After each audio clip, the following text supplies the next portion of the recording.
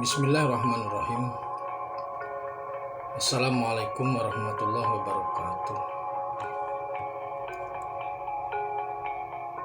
Maha suci Allah, segala puji dan syukur kita panjatkan kehadirat Allah. Semoga kita selalu dalam bimbingan rahmat dan ridho Allah Subhanahu wa ta'ala. Subhanallah walhamdulillah, astagfirullah wa Allah, Allahu akbar.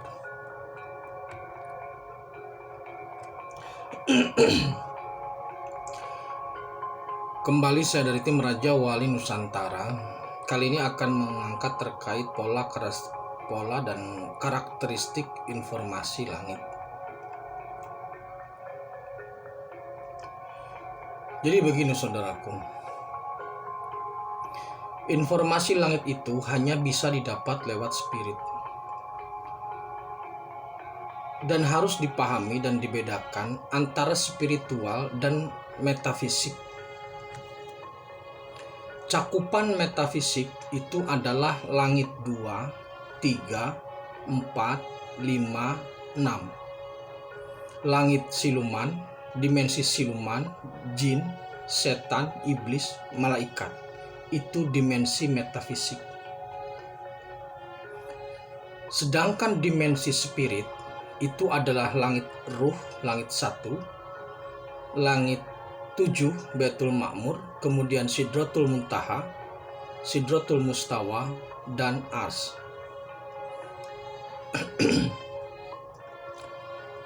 Dalam kurun waktu 700 tahun terakhir, ini dimensi spirit kosong. Baru beberapa tahun ini ada yang bisa sampai ke sana.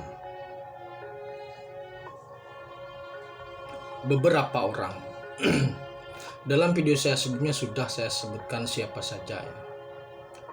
Jadi 700 tahun terakhir lah kurang lebih itu dimensinya kosong. Tidak ada yang menembus ke sana. Efek apa, dampaknya itu apa, kan begitu.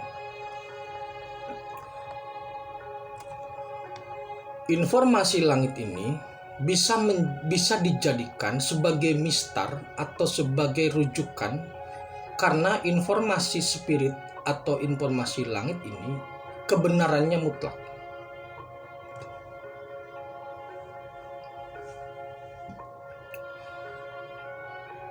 Informasi langit bisa mengukur setiap hal, setiap peristiwa, setiap permasalahan dan memberikan solusi yang kebenarannya itu mutlak, itu pasti. Saya akan mencoba membedah beberapa masalah yang terkait dengan situasi saat ini menggunakan informasi langit. Yang pertama, di kalangan para dai, para ustadz, para tokoh-tokoh agama itu selalu menyampaikan bahwa sampaikanlah walaupun hanya satu ayat. Sampaikanlah dariku walaupun hanya satu ayat. Itu dijadikan pegangan sehingga apa? Sehingga banyak tokoh atau banyak ustadz yang tidak memiliki kapabilitas ataupun kapasitas untuk menjadi dai dipaksa oleh situasi sehingga menjadi dai. Itu kita simpan dulu. Balago ani walau ayah itu sebenarnya kalau dilihat dari dimensi spirit atau dari informasi langit, di situ bukanlah sebuah kewajiban.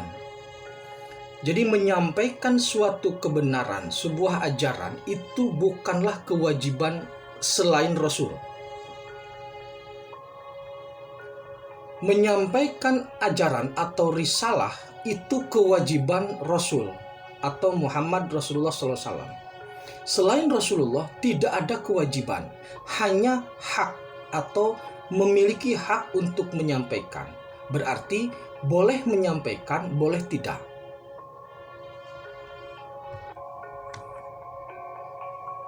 Jadi yang berkewajiban menyampaikan risalah hanya Rasul. Sehingga jangan sampai merasa berkewajiban untuk menyampaikan hal itu karena tidak akan kuat. Buktinya apa? Ketika seorang tokoh agama atau pendakwah menyampaikan ayat tanpa membangun sikap yang sesuai atau yang seperti Rasulullah SAW, pada akhirnya jatuh bangun. Kenapa demikian? Karena sudah merampas kewajiban yang bukan pada tempatnya. Jadi menyampaikan risalah itu kewajiban. Selain Rasul itu adalah hak atau boleh dan atau tidak. Diambil silakan, tidak juga tidak apa-apa. Dilaksanakan silakan, tidak juga tidak apa-apa.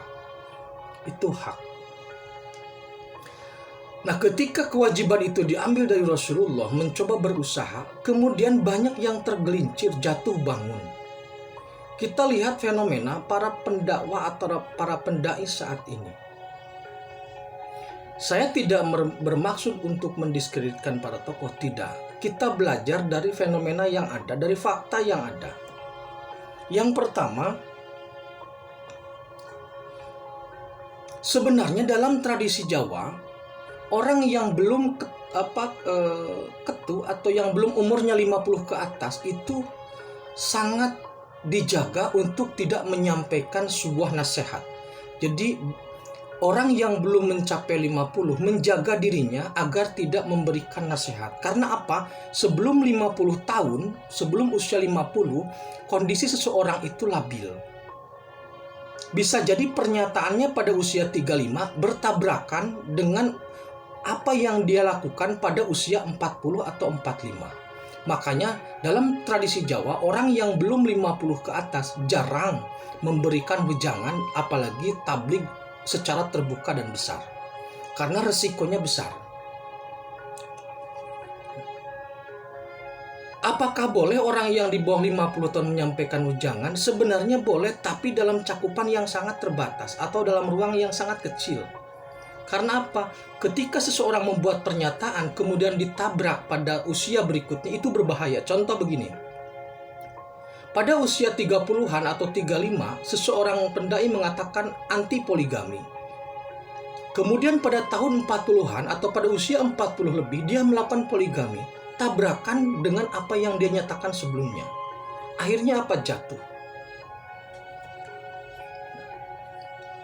Jadi dengan informasi langit atau dengan informasi dari dimensi spirit, semua terlihat sangat jelas. Ketika seorang pendakwah atau ketika seorang tokoh atau pendai atau tokoh-tokoh agama melakukan dakwah, tapi dengan orientasi yang sebenarnya satu sisi menginginkan dakwah seperti Rasul, tapi sisi lain kemudian perilakunya tidak seperti Rasul. Jadi kewajiban Rasul diambil, tapi sikap dan perbuatannya tidak mengikuti suri tauladan Rasul. Pada akhirnya apa? Kemudian nyender kembali kepada hal yang sifatnya materialistik. Nah, ketika seorang pendai menjadikan agama sebagai senderan untuk komersil, maka itu hasilnya nol. Itu zong. Tidak ada nilainya di hadapan Gusti sama sekali. Ini fakta di spirit.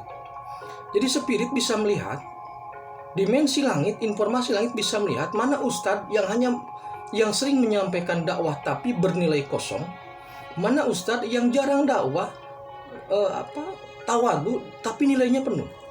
Karena jika Anda hanya berdakwah, itu nilainya sangat rendah.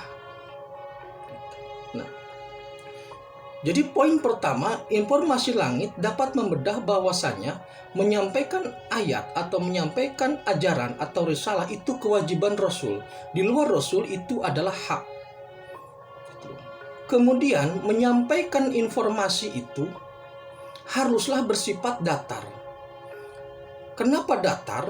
Maksudnya begini, ketika informasi atau jangan itu diterima, jangan bangga, dan ketika tidak diterima, jangan sedih.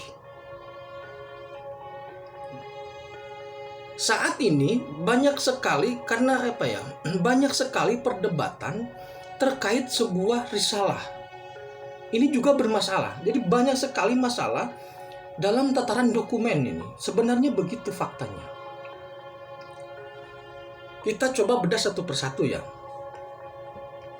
Yang pertama, tadi saya ulangi lagi, bahwasanya kewajiban itu kewajiban Rasul, selain Rasul itu hak. Yang kedua, ketika seseorang menyandarkan kehidupan komersil, kehidupan ekonomi pada agama, maka pada akhirnya nilainya zong. Tidak ada di hadapan Gusti nilainya sama sekali.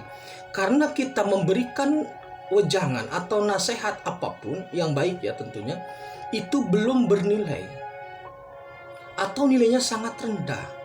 Maka sebenarnya yang terbaik adalah melakukan, bukan hanya memberikan wejangan atau nasihat. Itu. Jadi yang pertama membedah itu. Nilainya untuk hanya bicara, apalagi menyandarkan ekonomi pada hal yang berkarakter agama, nilainya di hadapan Gusti Jong. Baik, kita lanjut ke video berikutnya ya, karena terbatas saya rekamannya. Tetap tingkatkan iman dan amal soleh. Akhirul kalam. Assalamualaikum warahmatullahi wabarakatuh.